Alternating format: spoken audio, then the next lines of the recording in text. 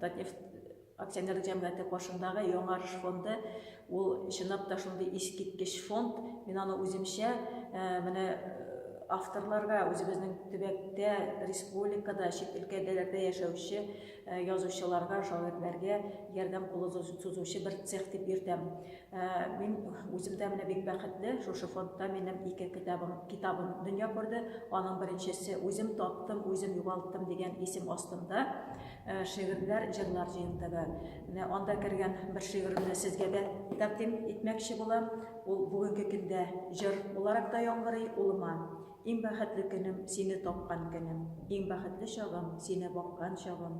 Үсеп җиттең балам, җуймый бер үк юлда, сакла бәхетемне, ул бит синең кулда. Минем бәхет улым хәзер синең кулда. Мин бәхетле булсам түрдә, синең уйда. Сокласалар фәрештәңнәр уңда сулда, шын тиңеңне күрә алсам синең туйда. Мин бәхетле улым насыйбыңны әгәр таный алсаң суткан чакта үз сәгатең, үз урынын тапсаң, язмышыңны үрсәң, ялгышлардан түгел иман белән төрсәң, мин бәхетле була алсаң миңа терәк.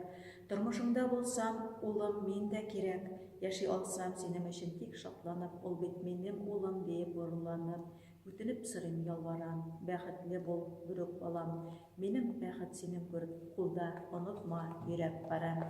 Инде икенче китапка килгәндә, ул безнең татар халкының даһи кызы, танылган җырчыбыз Зәйнәп Фәрхетдинова турындагы китабым. Ул инде җырчыбызның истәлекләреннән торса да, мин аны язганда бу китапны әдәби китап буларак язуны максат итеп куйдым һәм аны тормышка ашыра алдым дип әйтә алам.